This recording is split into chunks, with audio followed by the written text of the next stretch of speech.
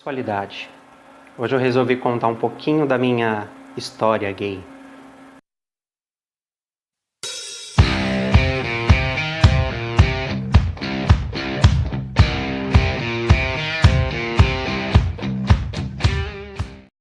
Bom, a história que eu vou contar é um pouco muito pessoal, mas eu achei importante compartilhar caso seja útil para alguém, a gente nunca sabe, né? Sobre a minha descoberta da minha sexualidade. Eu tive uma criação onde a minha mãe ela não deixou que eu e meus irmãos tivéssemos contato com o mundo gay. Então nós não sabíamos que isso existia. Existia um parente nosso mais próximo que era gay, mas a situação sempre foi tratada como ele finge que não é e a gente finge que não sabe. Pelo menos foi assim como eu enxergava as coisas, porque nunca foi conversado abertamente sobre isso. A minha puberdade ela começou um pouco tarde, perto dos meninos, das histórias que eu ouço por aí.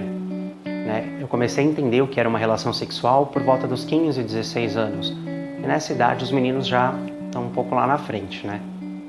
E quando eu comecei a entender o que era isso, eu percebi que tinha alguma coisa muito diferente comigo, muito errada, porque eu não me interessava pelo que os meus amigos se interessavam, que eram as meninas. Inclusive nessa época, quando eu conheci meu corpo, se é que você me entende, eu me forçava a ver foto de mulheres, porque eu dizia para mim mesmo, é disso aqui que você tem que gostar, vamos lá, você consegue. E era um grande sofrimento. E foi um sofrimento por muito tempo. Eu achei que eu era maluco. Eu cheguei a cogitar até suicídio, porque eu pensei que eu tinha um problema muito errado e eu não conseguia contar para pedir ajuda para as pessoas. Eu recorri à religião, a tudo que você pode imaginar para tentar mudar aquilo. E foi um grande sofrimento por muito tempo. Eu era chamado de viadinho na escola antes de eu saber o que era viado. E toda escola sempre tem aquele garoto, que no caso era eu, que apanha dos outros, que é chamado de bichinha, enfim. E no meu primeiro ano no colegial, tinha um outro menino que também passava por isso, da minha sala, e eu me aproximei dele.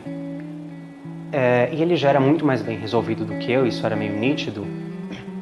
Eu me aproximei para perguntar, né? Eu falei, olha, eu acho que eu sou bi.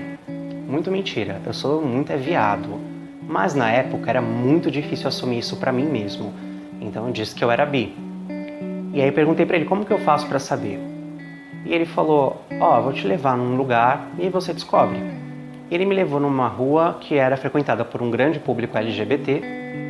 Naquele dia, um garoto pediu para ficar comigo e eu fiquei muito nervoso, porque embora o meu corpo quisesse muito, alguma coisa na minha cabeça ainda dizia que estava super errado o que eu estava fazendo. Então eu precisei me embriagar de vinho para conseguir beijar o menino. Eu não me arrependo do que eu fiz, mas eu lembro do sofrimento que eu carregava naquela época e era muito preocupante para um pré-adolescente, para um adolescente. Foi muito doído. Eu me lembro claramente que a primeira reação que eu tive quando eu cheguei naquele lugar foi...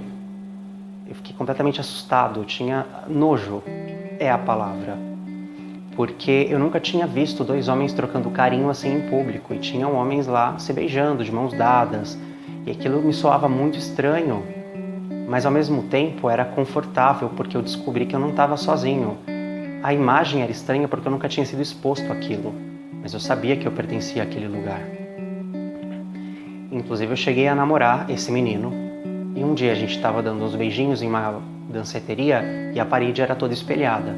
E eu abri o olho assim e vi o reflexo meu beijando ele. Eu empurrei ele e vomitei. Gorfei assim. E aí ele falou, o que foi? Bebeu demais? Tá passando mal? Eu falei, não. E eu não respondi.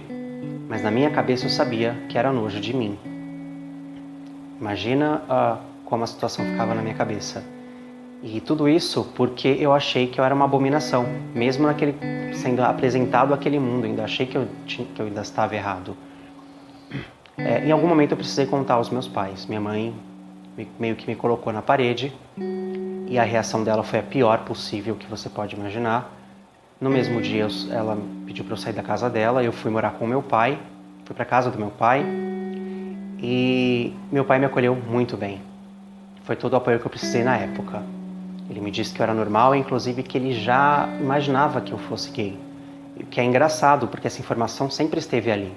Só que quem não quis ver não viu, mas estava muito claro. Aí as pessoas dizem, mas quando é que você escolheu ser gay? Ninguém escolhe ser gay. Ou você é ou você não é. Ah, mas como é que você descobre? Eu costumo usar um exemplo, que é muito simples. Quando você está descobrindo sua sexualidade, um comercial de bronzeador passa despercebido. Quando chega nessa idade, você percebe que tem a moça lá na praia, estirada de biquíni, isso não chama sua atenção. Mas aí de repente vem aquele rapaz andando em câmera lenta, de sunga para passar o bronzeador nela, e você olha. É aí, nessas pequenas sutilezas do dia a dia, que você vai percebendo qual é a sua orientação sexual, o que te atrai sexualmente. E eu me lembro que foi muito difícil na época aceitar isso. Eu costumo dizer também que, no meu caso pelo menos, a aceitação mais difícil não foi contar para a família, para os amigos ou no trabalho. Foi assumir para mim mesmo. Foi me olhar no espelho e falar, sou gay, e agora? Não tenho o que fazer.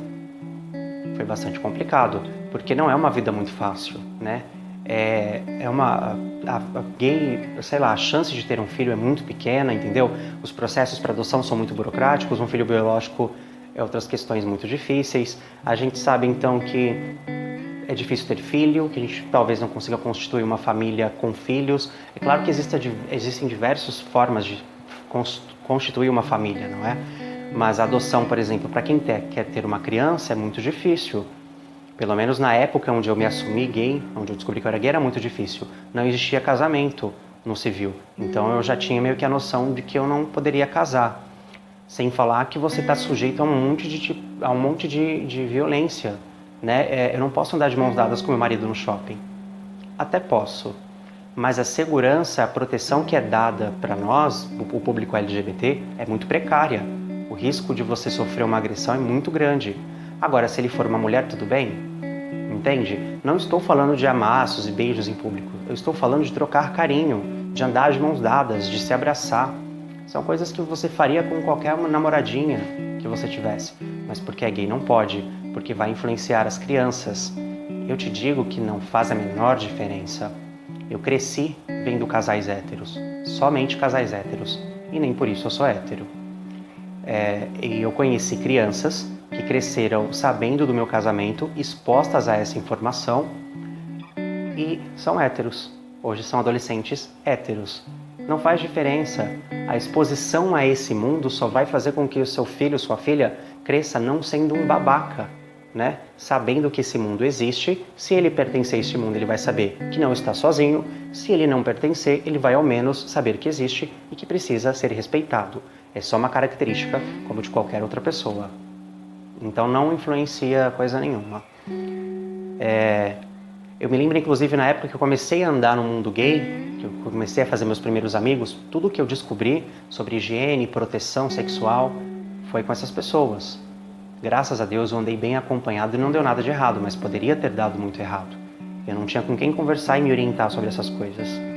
E eu lembro que conforme eu fui entrando nesse universo, eu comecei a observar as roupas que eles usavam, as gírias que eram ditas, o comportamento, as músicas, e eu comecei a imitar. Embora eu não gostasse nem um pouco do tipo de música que eles ouviam, nem nada, não me identificava com nada no universo. Eu só era viado, igual a eles.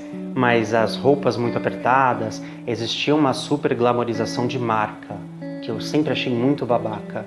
Do tipo, meu tênis é da marca tal, a minha camisa é da importada de... Nunca me fez esse menor sentido. Mas eu comecei a imitar aquilo na época e ficou discrepante para quem me acompanhou antes me ver naquele estado, a transformação. E na minha cabeça funcionava assim, eu sou gay, eu tenho que me comportar como eles, porque eles também são gays e eu sou igual, então tenho que, me adequar. E depois de um bom tempo, eu descobri que eu não escolho a minha sexualidade, mas eu escolho a roupa que eu visto, eu escolho o tipo de música que eu gosto, eu escolho as gírias que eu vou dizer, qual a tribo que eu pertenço, e aí foi onde eu comecei um movimento de me reencontrar de novo. Porque primeiro eu tive que me encontrar como gay, mas depois eu descobri que antes do gay existe o Ed pessoa. E gay é só uma variável e uma característica. Então eu tive que me reinventar dentro do gay para poder usar as roupas que eu gosto, falar as gírias que eu gosto e andar com as pessoas que eu gosto.